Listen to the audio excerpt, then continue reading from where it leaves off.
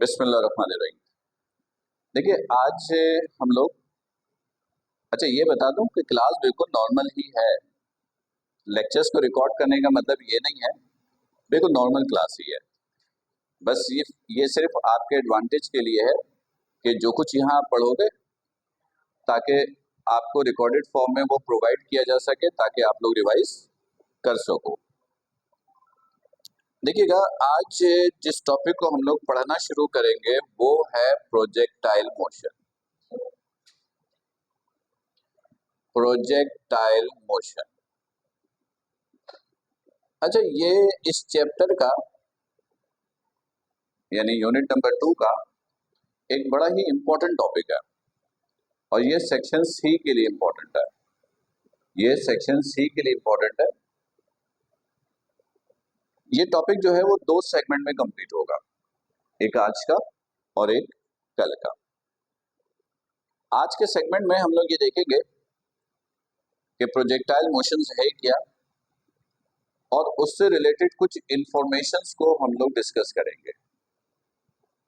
मतलब आज इस टॉपिक पर आपका बेस बनाएंगे ताकि इस टॉपिक से रिलेटेड जो डेरिवेशंस हैं वो हम आसानी से कर सके, राइट।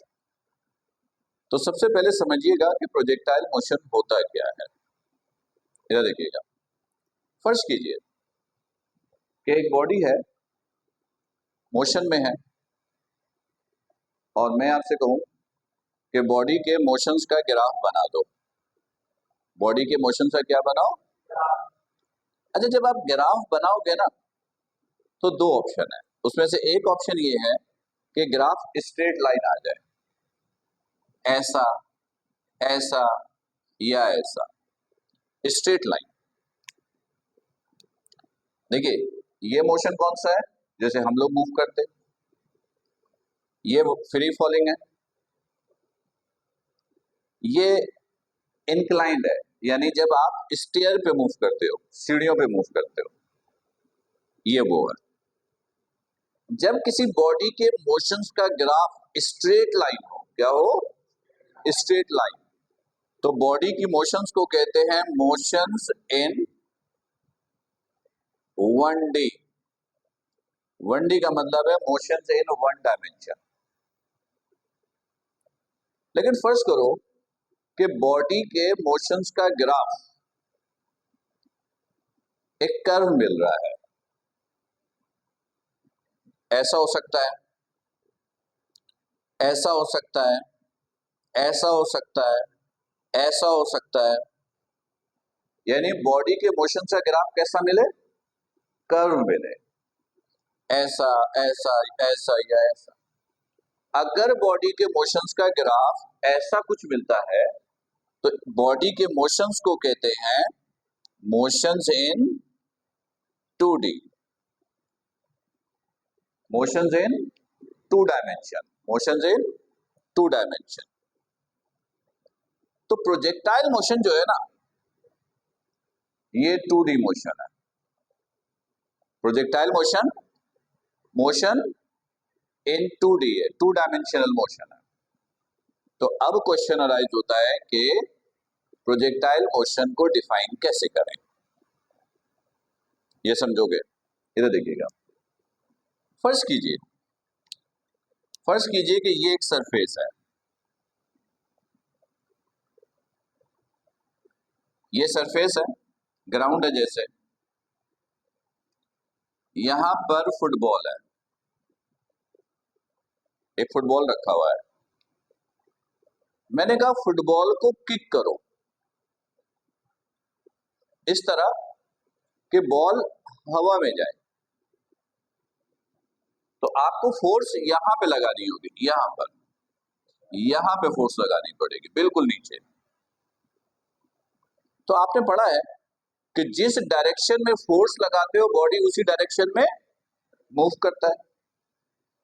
तो फोर्स हमने ऐसे लगाई तो बॉडी ऐसे मूव करेगा, ऐसे। लेकिन आपको पता है कि फुटबॉल को किक करने पर ऐसे जाता तो नहीं है। यानी होता क्या है कि बॉल जैसे ही हवा में जाता है ना, बॉल जाना चाहता है इसी डायरेक्शन में, क्योंकि न्यूटन ने कहा था कि जिस डायरेक्शन में फोर्स लगाओगे बॉडी उसी डायरेक्शन में मूव करेगा। लेकिन होता ये है कि बॉल जैसी हवा में जाती है, ग्रेविटी की फोर्स उसको नीचे पुल करना शुरू कर देती है। बॉल जाना चाहती इधर, ग्रेविटी की फोर्स को लाना चाहती है नीचे। नतीजा ये निकलता है कि बॉडी ना तो इस डायरेक्शन में जा पाती है और ना ही नीचे आ पाती है। नेट रिजल्ट ये निकलता है कि आहिस्ता आहिस्ता तो उसकी अपनी डायरेक्शन कर्व पाथ बनाने शुरू कर देता है और इस तरीके से ये कर्व पाथ बनता है। तो अगर कोई आपसे पूछ ले कि कर्व पाथ बनने की वजह, कर्व पाथ क्यों बनता है, मोशंस के दौरान कर्व पाथ क्यों बनता है, तो आप बोलोगे due to influence of gravity. Gravity की इन्फ्लुएंस की वजह से ऐसा होता है। ग्रेविटी की इन्फ्लुएंस की वजह से पाथ कैसा बनता है, कर्व, राइट। अच्छा, अब इस एग्जाम्पल को जरा सा एक लाइन की शक्ल देते हैं, सुनना गौर से। ये जो मोशन है आप इसको 2D मोशन बोलोगे, यस नो, यस। ये है motion in 2D, motion in 2D। 2D का एक और नाम है मोशन इन XY प्लेन, यानी 2D को हम लोग XY प्लेन भी बोलते हैं। 2D बोलो या XY प्लेन, प्लेन कहते हैं एक्सिस को, तो XY प्लेन बोलो 2D बोलो एक ही बात है। अब गौर से सुनना, when a body moves in XY plane under the influence of gravity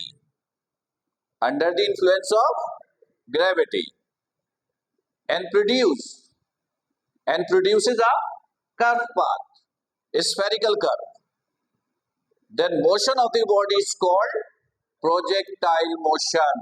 इस मोशन को कहते हैं प्रोजेक्टाइल मोशन। फिर सुनिएगा, प्रोजेक्टाइल मोशंस के अंदर आपको 3 बातें करनी है। Number 1, when a body moves in XY plane means in 2D motion, when a body moves in XY plane under the influence of gravity and produces a spherical curve, then motion of the body is called projectile motion। और इस पूरे complete phenomena को हम लोग क्या कहते हैं, पूरे कंप्लीट फिनोमिना को कहते हैं प्रोजेक्टाइल। फिनोमिना को कहेंगे प्रोजेक्टाइल, इस फिनोमिना में जो मोशन हो रहा है उसको कहेंगे प्रोजेक्टाइल मोशन, ठीक। इन शॉर्ट, जब भी कोई बॉडी कर्व पाथ में मूव करे ना, तो आप कहोगे बॉडी की मोशन क्या है, प्रोजेक्टाइल मोशन है, 2D मोशन है।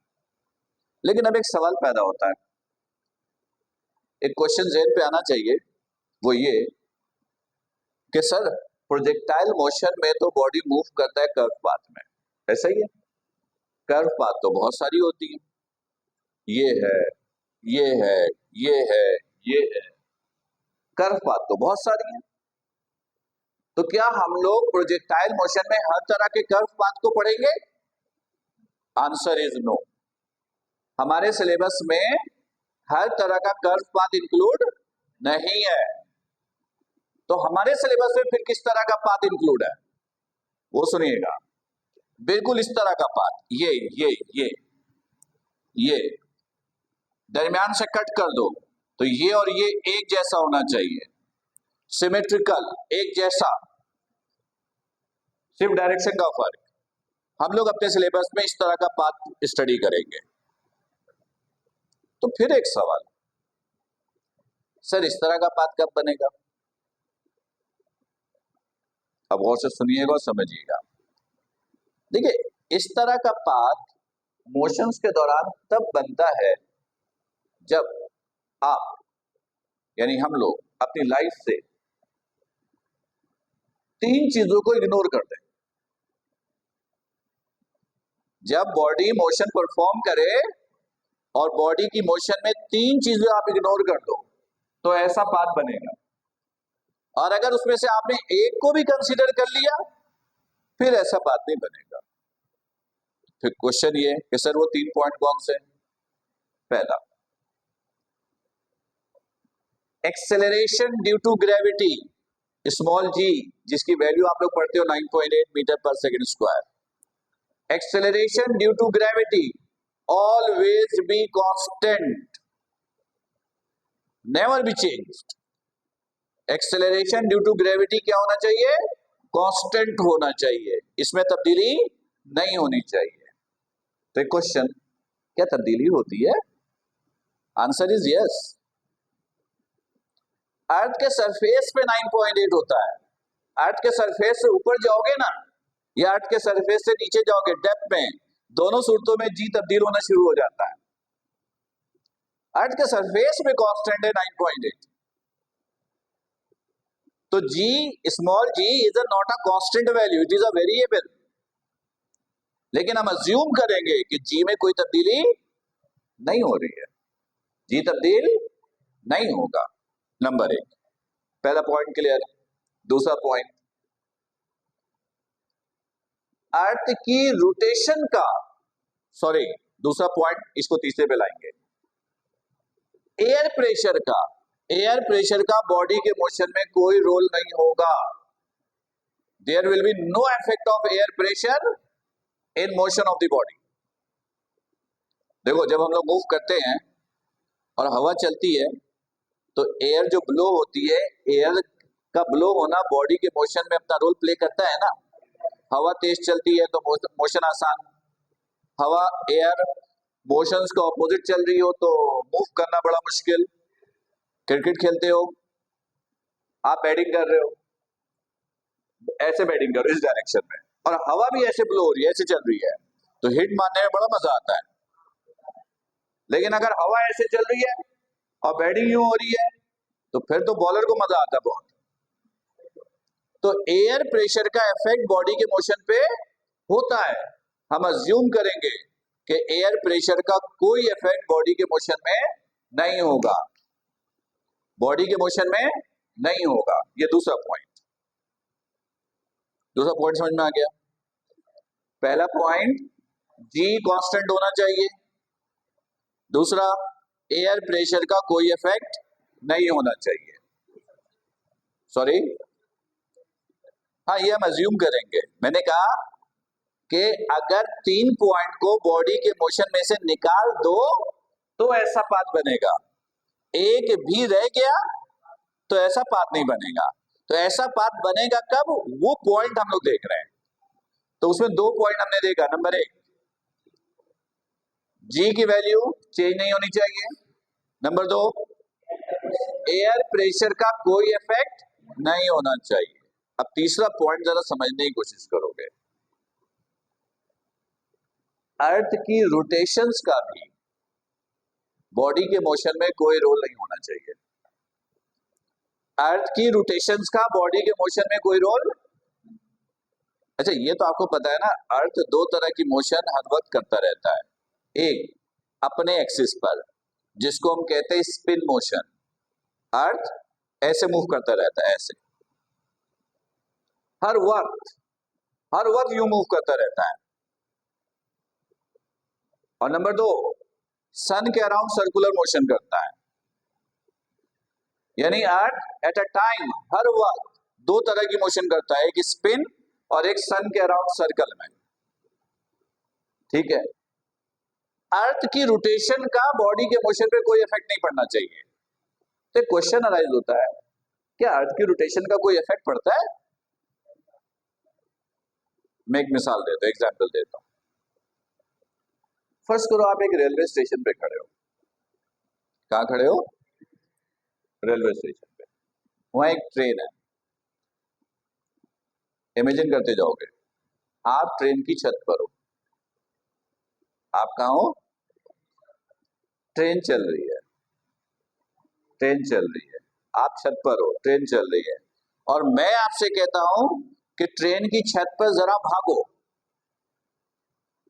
तो क्या बिल्कुल वैसे ही भागोगे जैसे जमीन पर भागते हो? नहीं, कुछ तो फर्क आएगा। यानी चलती ट्रेन की वजह से आपके बॉडी की मोशन डिस्टर्ब हो रही, तो अर्थ भी तो एक चलती ट्रेन है, अर्थ भी तो एक चलती ट्रेन है और उसमें हम मूव कर रहे हैं, तो चलती ट्रेन की वजह से मोशन डिस्टर्ब तो होती है। तो अर्थ की रोटेशन की वजह से हमारी और आपकी मोशन डिस्टर्ब होती है, लेकिन हम लोग फील नहीं करते कभी।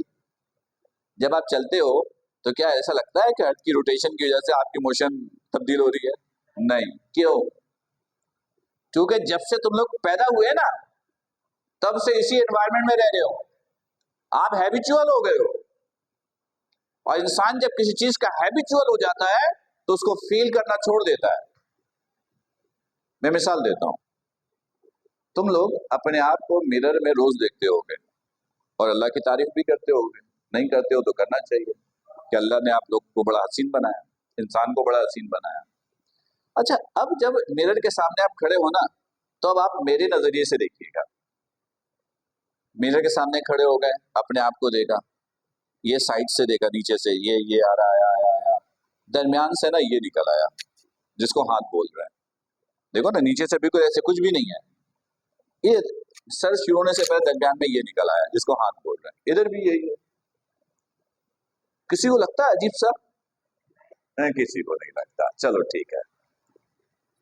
अच्छा, फर्ज करो अभी तुम लोग यहाँ से बाहर जाओ छुट्टी के वक्त 7 बजे, बाहर एक शख्स दिखे जो 3 हाथ वाला हो, एक इधर से निकला हुआ, एक इधर से, एक पीछे से भी निकला हुआ है, 3 हाथ वाला है। आप लोगों को देखकर अजीब सा लगेगा और शायद अच्छा भी ना लगे, ऐसा ही है ना? ठीक है। लेकिन एक बात बताओ, अगर बाई बर्थ हम सब 3 हाथ वाले होते हैं तो क्या अजीब सा लगता? नहीं लगता, क्योंकि आप उसी के हैबिचुअल हो जाते हैं, आप उसी के हैबिचुअल हो जाते हैं। ये 2 हाथ भी ऐसा ही है, तीसरे हाथ की तरह, लेकिन हम लोग बाई बर्थ इसी के हैबिचुअल है, इसलिए इसको फील नहीं करते। मैं एक मिसाल देता हूं, जिंदगी में पहली मर्तबा जब आपके वालिदैन ने आपके हाथों में सेल फोन दिया, बेशक कीपैड वाला ही दिया, बहुत अच्छा लगा होगा, सोच के देखो वो दिन बहुत अच्छा लगा होगा, बड़ा जबरदस्त। कुछ दिन के बाद यानी 1-2 महीने के बाद आपको फील हुआ यार ये सही नहीं है, स्मार्टफोन होना चाहिए। अरे चलो, वालिदैन ने स्मार्टफोन दिया सबको, आपने हाथ पे लिया, बड़ा जबरदस्त, बड़ा मजा आया, यानी नए मॉडल का स्मार्टफोन आपको दिया, आप यूज करो, बड़ा मजा आया। 6 महीने के बाद क्या होता है? आप बोलते हो यार ये बेकार है, क्योंकि आप उसके हैबिचुअल हो गए ना, लिहाजा अब आप उसको, वो अच्छा आपको नहीं लग रहा, नॉर्मल लग रहा है वो। अब आपकी ख्वाहिश है कि इससे ज्यादा अच्छा वाला हो। मतलब ये कि जब इंसान किसी चीज को मुसलसल यूज करना शुरू कर देता है, किसी चीज का हैबिचुअल हो जाता है, तो उसका इफेक्ट वो फील करना छोड़ देता है। तुम लोगों ने कभी सोचा, हम लोग 2 डंडों पे खड़े रहते हैं हर वक्त, 2 टांगे 2 डंडे तो हैं, और क्या है? और सोचो कितने कॉन्फिडेंट होके खड़े रहते हैं, भागते हैं, चलते हैं। क्यों? बचपन से इसकी प्रैक्टिस में है, हैबिचुअल है। शुरू में जब आप पैदा हुए कुछ महीने तक प्रॉब्लम थी, अर्थ की रोटेशन का इफेक्ट डायरेक्टली था, आप खड़े होते थे गिर जाते थे। जिस तरह चलती ट्रेन पे शुरू में आप चढ़ो, ट्रेन चले तो आप हिलते हो ना, तो कोई आपका हाथ पकड़ ले तो आप संभल जाते हो। बचपन में ऐसे ही हुआ आपके साथ, खड़े हुए चलने की कोशिश की, गिर गए, आपके वालिदैन ने पकड़ लिया, फिर वालिदैन ने आपकी प्रैक्टिस करानी शुरू की, चलो बेटा। फिर प्रैक्टिस करते करते अब इतनी प्रैक्टिस हो गई है कि 2 टांगों पे खड़ा रहना आप हैबिचुअल हो गए, कंट्रोल आ गया, इसलिए आप इसका फील करना छोड़ दिया। मैं ऐसे समझाऊं, एक शख्स आंखों के साथ पैदा हुआ जैसे हम सब हैं इस वक्त, और अल्लाह ना करे उसकी आंख की रोशनी चली जाए, ठीक है, पता क्या होगा? उसकी लाइफ बेइंतहा मुश्किल हो जाएगी, बेइंतहा मुश्किल हो जाएगी। लेकिन एक शख्स आंख के बगैर ही पैदा हुआ, आंख की रोशनी थी ही नहीं जब पैदा हुआ, तो पता उसकी लाइफ बिल्कुल नॉर्मल होगी, क्योंकि उसने आंख देखी ही नहीं है। हम हैबिचुअल हो गए थे आंखों के, वो तो हैबिचुअल हो गया बगैर आंखों का, उसके लिए लाइफ नॉर्मल थी। तो इंसान जब किसी चीज का हैबिचुअल हो जाता है तो उसको फील करना छोड़ देता है। तो याद रखो, अर्थ की रोटेशंस का इफेक्ट भी होता है, हम लोगों ने उसको फील करना छोड़ दिया है क्योंकि हम हैबिचुअल हैं। अब गौर से सुनोगे।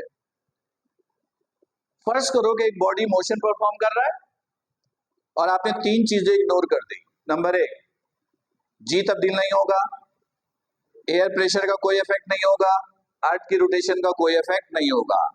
इन तीन पॉइंट्स को बोलेंगे assumptions ऑफ प्रोजेक्टाइल मोशन। इन तीन पॉइंट को क्या बोलोगे? assumptions, अज्यूम कर रहे हैं ना, अज्यूम से निकला assumption, assumptions of projectile motion. तो अगर इन तीन पॉइंट को आप अज्यूम कर लो तो जब बॉडी मोशन परफॉर्म करेगा तो मोशन बिल्कुल इस तरह की होगी, ऐसा सिमेट्रिकल। और यही आपका सिलेबस है, यही आपका सिलेबस है। अब सुनो गौर से, अभी बंद रखो गौर को। अब हम लोग प्रोजेक्टाइल मोशन से रिलेटेड कुछ इंफॉर्मेशन देखेंगे, बेसिक इंफॉर्मेशन।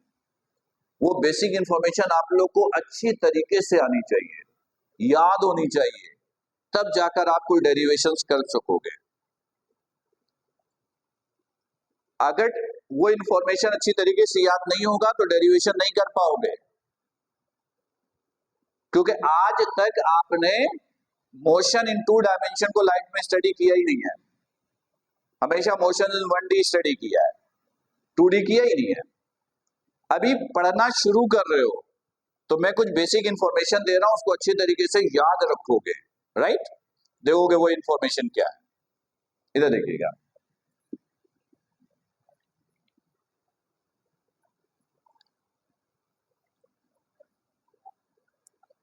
इधर देखिएगा। फर्ज कीजिए ये एक प्रोजेक्टाइल मोशन है, ये प्रोजेक्टाइल मोशन है, ये प्रोजेक्टाइल मोशन है। यहां पे लाइट अच्छी नहीं है, खैर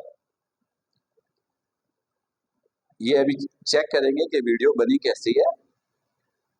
अगर सही है, ओके है, तो फिर इसी प्रैक्टिस को कंटिन्यू करेंगे, वरना फिर इसको ड्रॉप करेंगे। ये क्योंकि यहाँ पर मुझे लाइटिंग अच्छी नहीं, ठीक है, गुजारा होगा, देखेंगे फिलहाल बाद में। सुनिए, फर्ज करो एक बॉडी ने मूव करना शुरू किया, ये बॉडी ने मूव करना शुरू किया। इनिशियल वेलोसिटी को आप लोग किस चीज से लिखते हो? इनिशियल वेलोसिटी को लिखते हो किससे? वी आई से, है ना? इनिशियल वेलोसिटी को किससे लिखते हो? लेकिन प्रोजेक्टाइल मोशन में इनिशियल वेलोसिटी को लिखोगे वी नॉट से, वी नॉट से। फिर सुनिएगा, वी नीचे छोटा सा सर्कल यानी जीरो, जीरो को बोलते हैं नॉट, नॉट पढ़ते हैं वी नॉट। प्रोजेक्टाइल मोशन में सारे सिंबल चेंज हो गए, सारे सिंबल चेंज हो गए, इसलिए पॉइंट अच्छी तरह याद रखिएगा। इनिशियल वेलोसिटी को वी आई के बजाय किससे लिखोगे? वी नॉट से। अच्छा, अब ये देखिएगा, ये एंगल है थीटा, ये इसके कंपोनेंट्स, ये एक्स कंपोनेंट, ये वाई कंपोनेंट। एक्स कंपोनेंट को बोलोगे वी नॉट एक्स और इसको बोलोगे वी नॉट वाई, सही है? वी नॉट एक्स ये किसके बराबर होगा? वी नॉट कॉस थीटा के। और वी नॉट वाई ये किसके बराबर होगा? वी नॉट साइन थीटा के। ये कंपोनेंट्स ऑफ वेक्टर में देखा था, अगर वेक्टर एफ है तो F X F cos theta और F Y F sine theta. V naught X V naught cos theta और V naught Y V naught sine theta. यहां तक ठीक है? फिर बॉडी मूव करके पीक पर आया, ये पीक है। पीक पॉइंट पे जो वेलोसिटी होती है वो फाइनल वेलोसिटी, फाइनल वेलोसिटी को किससे लिखते हो? वी एफ से। लेकिन प्रोजेक्टाइल मोशन में फाइनल वेलोसिटी को लिखेंगे वी से। किससे लिखेंगे? वी से, यानी यहां पर फाइनल वेलोसिटी वी। यहां पर भी इसके दो कंपोनेंट होंगे, एक Vx और दूसरा Vy।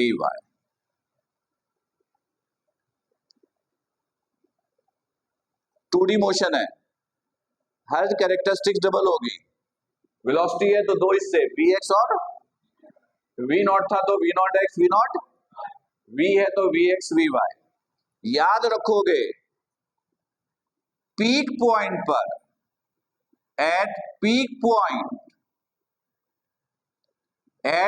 Point velocity of y component, velocity of y component,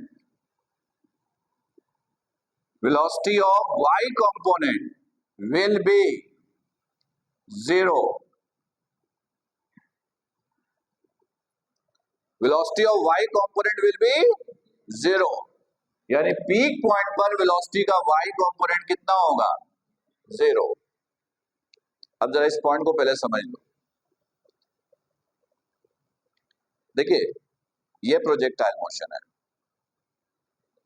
projectile motion में बॉडी की हर कैरेक्टरिस्टिक्स डबल होती है, सही है। तो पहले हमने देखा कि इनिशियल वेलोसिटी को वी आई के बजाय किससे लिखा? वी नॉट से। उसके दो कंपोनेंट थे, V naught X V naught Y. Body peak point पर पहुंचा, यहां पर भी वेलोसिटी के दो कंपोनेंट वी एक्स और वी वाई, लेकिन पीक पॉइंट पर वेलोसिटी का वाई कंपोनेंट क्या होता है? 0। क्यों 0?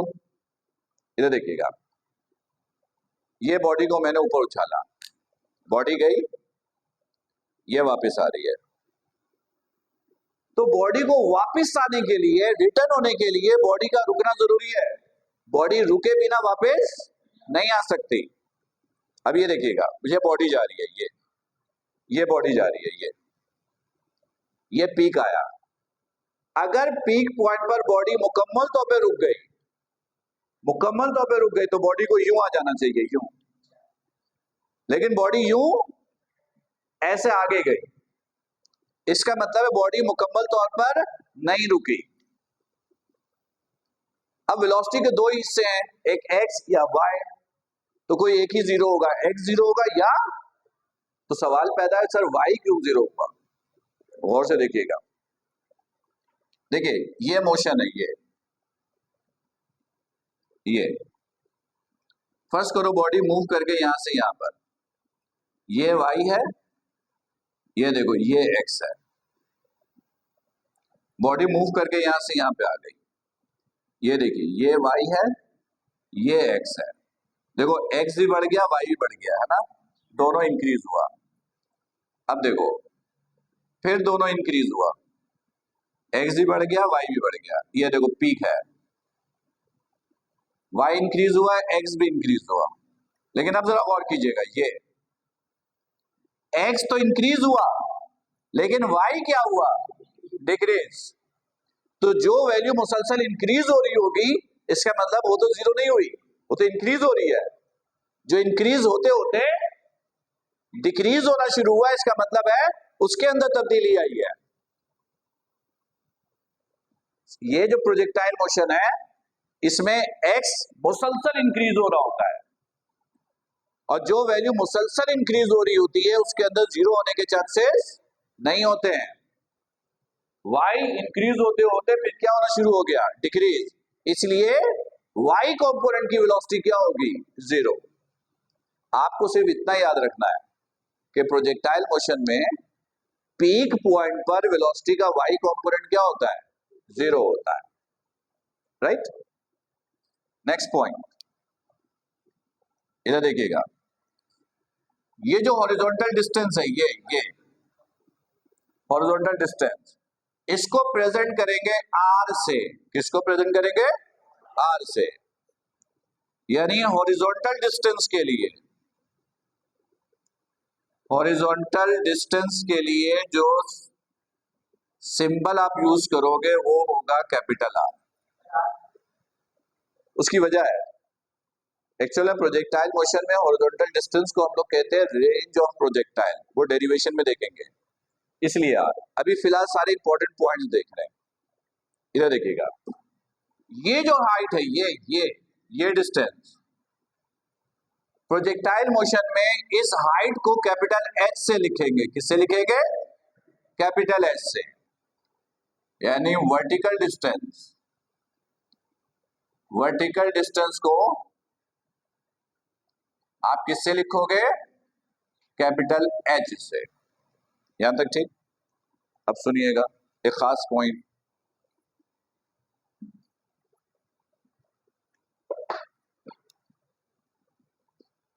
एक्सेलरेशन, गौर से सुनिएगा। प्रोजेक्टाइल मोशन में एक्स कंपोनेंट का जो एक्सेलरेशन होता है, प्रोजेक्टाइल मोशन में एक्स कंपोनेंट का जो एक्सेलरेशन होगा, acceleration for x component, acceleration for x component वो 0 के बराबर होगा। प्रोजेक्टाइल मोशन में एक्स कंपोनेंट का एक्सेलरेशन किसके बराबर होगा? और वाई कंपोनेंट का एक्सेलरेशन, वाई कंपोनेंट का एक्सेलरेशन वो जी के बराबर होगा। किसके बराबर होगा? जी के। इस पॉइंट को फिर क्लियर करो। देखो, प्रोजेक्टाइल मोशन की डेफिनेशन आपने क्या की? When a body moves in X Y plane under the influence of gravity, यानी प्रोजेक्टाइल मोशंस के दौरान कौन सी फोर्स लगती है? ग्रेविटी की। ग्रेविटी की इन्फ्लुएंस में मूव करता है। ग्रेविटी से कौन सा एक्सेलरेशन प्रोड्यूस होता है? जी प्रोड्यूस होता है। क्या प्रोड्यूस होता है? जी। और जी किस डायरेक्शन में प्रोड्यूस होती है? वाई में। इसलिए वाई कंपोनेंट का एक्सेलरेशन जी के बराबर और एक्स कंपोनेंट का कोई एक्सेलरेशन नहीं है। फिर सुनिएगा, प्रोजेक्टाइल मोशंस के दौरान बॉडी पर सिर्फ ग्रेविटी की फोर्स लगती है और कोई दूसरी फोर्स नहीं। ग्रेविटी से जी प्रोड्यूस होता है और जी किस डायरेक्शन में प्रोड्यूस होता है? वाई में। इसलिए वाई कंपोनेंट का एक्सेलरेशन जी के बराबर और एक्स कंपोनेंट का कोई एक्सेलरेशन है ही नहीं। तो पूरे प्रोजेक्टाइल मोशंस के दौरान एक्स कंपोनेंट का एक्सेलरेशन 0 हुआ करेगा और वाई कंपोनेंट का एक्सेलरेशन जी के बराबर होगा। ये वो सारी इंफॉर्मेशन है, ये जब अच्छे तरीके से आपको याद होंगी तब हम जाकर प्रोजेक्टाइल मोशन से रिलेटेड न्यूमेरिकल कर पाएंगे, सॉरी डेरिवेशंस कर पाएंगे। अगर ये इंफॉर्मेशन अच्छे तरीके से याद नहीं होगी तो डेरिवेशन में आपको बहुत प्रॉब्लम होगी। तो ये इंट्रोडक्शन वाला सेगमेंट करते ही इसीलिए है ताकि हम प्रोजेक्टाइल मोशंस की डेरिवेशन को आसानी से कर सकें। यहां तक कोई प्रॉब्लम है, कोई सवाल है तो पहले कर लो, जब तक मैं यहां वीडियो को जरा रोकता हूं। सुनो। देखो, मैंने ये कहा कि प्रोजेक्टाइल मोशन में जो एक्सेलरेशन होगा बॉडी का 2 डायमेंशन है, तो एक एक्स है और एक वाई है। एग्री? प्रोजेक्टाइल मोशन के दौरान फोर्स कौन सी लगती है? ग्रेविटी की। ग्रेविटी से कौन सा एक्सेलरेशन प्रोड्यूस होता है? जी स्मॉल जी। जी किस डायरेक्शन में होती है? वाई में। इसका मतलब है एक्स में कोई एक्सेलरेशन नहीं है, फोर्स सिर्फ एक ही लग रही है, ग्रेविटी की, और उसका ताल्लुक वाई से होता है। तो इसका मतलब है एक्सेलरेशन सिर्फ किसके लिए प्रोड्यूस हो रही है? वाई के लिए, एक्स के लिए हो ही नहीं रही है। तो इसलिए एक्स कंपोनेंट का एक्सेलरेशन 0 और वाई कंपोनेंट का एक्सेलरेशन जी के बराबर। इन इंफॉर्मेशन के बेसिस पर अब हम लोग अपनी डेरिवेशन शुरू करेंगे। राइट? ओके।